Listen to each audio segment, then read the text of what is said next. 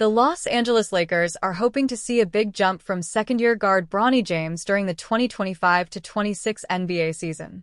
While he showed good flashes during Summer League action, he still has a lot of work to do. James knows that he has an uphill battle ahead of him. He is not the most talented young player on the roster, but he's willing to put in the work. However, he is still dealing with some lingering issues that came from the cardiac arrest that he suffered during his tenure with the USC Trojans in college. While James was able to resume his basketball career following his recovery, there are still changes to his body that occurred. Recently, as shared by ESPN, James spoke out about the problems that have come up stemming from the cardiac arrest. He thinks that his immune system was impacted, as he gets sick much easier now than he did before. "I get kind of sick easier now," James said. "Which is kind of weird, but I think it messed with my immune system a little bit. So, I would have times where I have to sit out, and that conditioning that I'm working on just goes away in that week of me being out." Even though going through such a traumatic situation would impact most, James has been able to focus on basketball.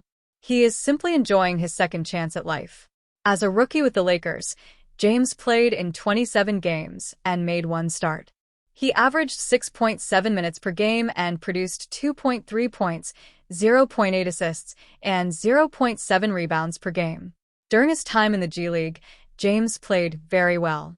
He appeared in 11 games for the South Bay Lakers, averaging 21.9 points per game to go along with 5.4 assists, 5.2 rebounds, and 1.9 steals. He also shot 44% from the floor and 38% from three-point range. James also shared recently that he's focused on the defensive side of the court. He believes that becoming an elite defender will help him earn playing time. "There's going to be guys that can score 15, 20 a game," James said. "I'm most likely not going to be that guy right now. I've got to be a defensive menace." Clearly, the young Los Angeles guard knows what he needs to do. Becoming a defensive ace would be very helpful to earn minutes. Only time will tell, but James is working hard to improve and is willing to do whatever it takes to help the team win. He has been through a lot already, but that isn't something he is allowed to get him down. The 2024 Summer League appeared to reveal elements of what the future will hold for the Los Angeles Lakers. Bronny James and Dalton Knecht produced show-stealing performances, each offering reason for optimism to a Lakers team otherwise devoid of building blocks under 25. Colin Castleton thrived right alongside them, and after a year away from the franchise, could be the 2025 offseason steal they need to improve the quality at center. Castleton spent the 2024-25 season with multiple franchises, amassing 26 NBA appearances along the way. While that may not position him to play major minutes in 2025-26, he's a well-rounded talent who could provide much-needed depth at a key position, or, at the very least, make the most of a training camp invite. That became a viable option for the Lakers to consider when the Toronto Raptors waived the big man on July 29. The Toronto Raptors have waived center Colin Castleton. The 25-year-old center averaged 7.2 points on 50% shooting from the field and 6.9 rebounds in 26 minutes during 11 games played, including 4 starts, for Toronto last season, Michael Scotto. The hurdle in place is the fact that the Orlando Magic currently hold Castleton's G League rights, thus complicating the manner in which he could be acquired. Castleton was on a non-guaranteed deal. This opens up a summer/camp spot for one of the Exhibit 10s who I've reported but haven't officially signed. Magic hold Castleton's G League rights, Blake Murphy. Nevertheless, Los Angeles would be wise to at least kick the tires on Castleton and potentially land a player who can develop into an ideal backup. Lakers should seriously consider reuniting with Colin Castleton. Castleton, 25, is a 6 feet 10 inches and 250-pound center with a massive 7 feet 4 inches wingspan and an intriguing skill set. He's willing and able to receive the ball from virtually any angle on the court and utilize his passing ability to set teammates up as shooters or slashing scorers. Castleton may not be the next Nikola Jokic, but that invaluable skill could prove beneficial for a Lakers side in need of offense via the second unit. Furthermore, Castleton is a strong offensive rebounder who doesn't seem to shy away from physicality. In 2024-25, he pulled down 4.4 offensive rebounds per 36 minutes and has the tools to translate that production to a larger sample size of games. In all, Castleton's production translated to 10.2 points, 10.2 rebounds, 4.4 offensive boards, and 2.3 assists per 36 minutes this past season. If the Lakers were able to acquire Castleton's G League rights, they would create a new look to what's currently brewing with the South Bay side. He's more of an offensively inclined big, which would offer invaluable balance alongside defensive specialist Christian Koloko. At the very least, the competition for minutes in the G League between players with differing skill sets could yield improvement from both players in their respective areas of weakness.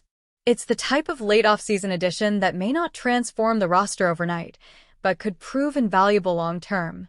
Koloko needs to find his footing on the offensive end of the floor, while Castleton is the ideal development on defense away from a steady NBA role. If the Lakers find a way to add Castleton to their training camp roster and potentially bring him into the fold in the G League, the benefits could prove significant. LeBron James returning to Cleveland might catapult the off-season rumor mill into warp speed, and not just LeBron himself. Imagine the King's son, Bronny, tagging along to help usher in a new era in his hometown. That's exactly the kind of trade package we want to happen, sending Cleveland into the title conversation while shifting Darius Garland to Hollywood, Max Strus off to LA, and Jarrett Allen settling in Charlotte. LeBron's future in Los Angeles has been up in the air over the past few weeks, and it might have to do with the Luka Doncic era becoming the norm for the Lakers. Rumors have been circulating about the Kings' stint in LA coming to an end, which is why a four-team trade idea, involving the Charlotte Hornets and Brooklyn Nets as well, makes a lot of sense. Proposed trade details. Cleveland Cavaliers receive LeBron James, Bronny James, 2027 first-round pick, CHO. Los Angeles Lakers receive Darius Garland, Max Strus, 2031 second-round pick, BKN. Charlotte Hornets receive Jarrett Allen. Brooklyn Nets receive Grant Williams, Dean Wade. This is an intricate swap that the Cavs would only pull off if they were ready to bet everything on one final run with LeBron.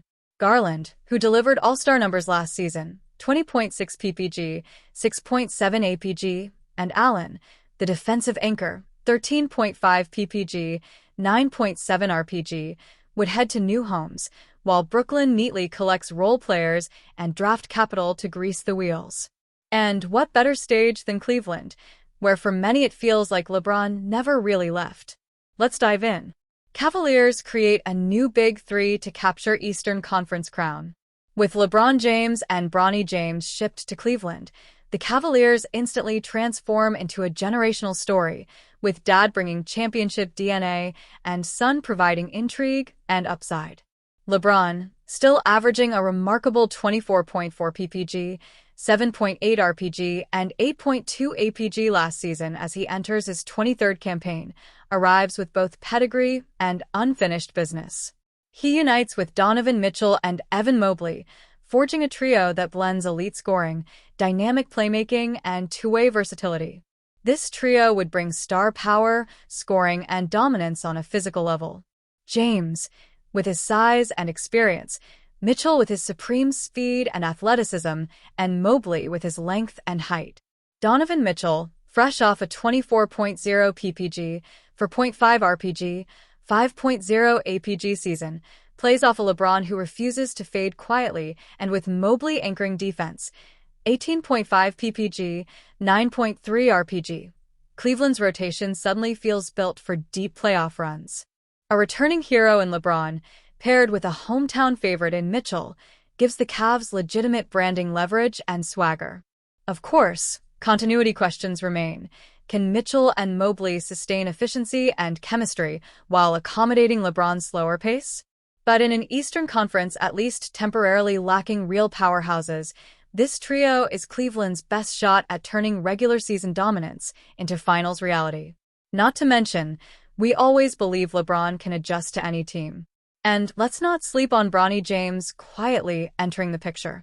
His summer league breakthrough, averaging around 14.3 PPG, 3.8 APG, and 2.8 RPG on 47.6% shooting over 4 games, has turned heads.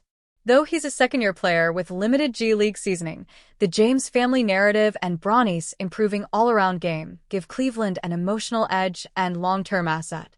You can debate his upside and the circus that follows him and his father, but you can't deny that it boosts the Cavs' aura.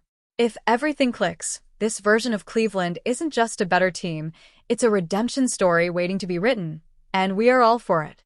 Lakers start the Luka Doncic era with a new face. Los Angeles pulls the trigger on acquiring all-star point guard Darius Garland to usher in the Luka Doncic era, finally aligning their direction around a generational superstar.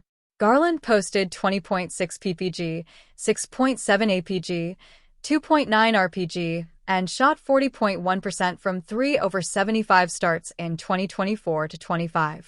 He is young, dynamic, and ascending, but a Lakers rebuild built on Garland's profile would feel like Kit Kat without the chocolate. The calculus changes with Luka on the horizon. Garland's entrance isn't just about financial flexibility, it's about identity. His elite passing and scoring would mesh in theory with Luka, especially since Garland is such a capable shooter.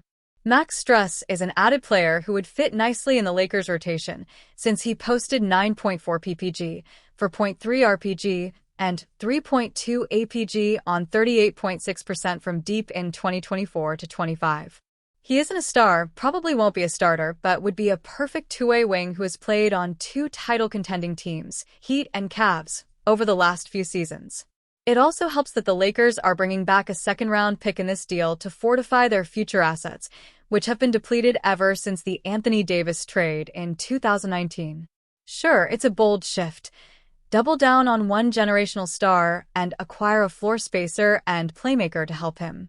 That also likely means the Lakers will have to move on from Austin Reeves and find capable forwards to complement their two guards. For LA, this is the moment to declare Luka or bust. Yet let's not understate Garland's value. Over his career, he's averaged 17.4 ppg and 8.1 apg in 11 games versus the Lakers. Garland's future in LA would be clear alongside Luka, and this pivot away from LeBron James signals LA's all-in on one direction.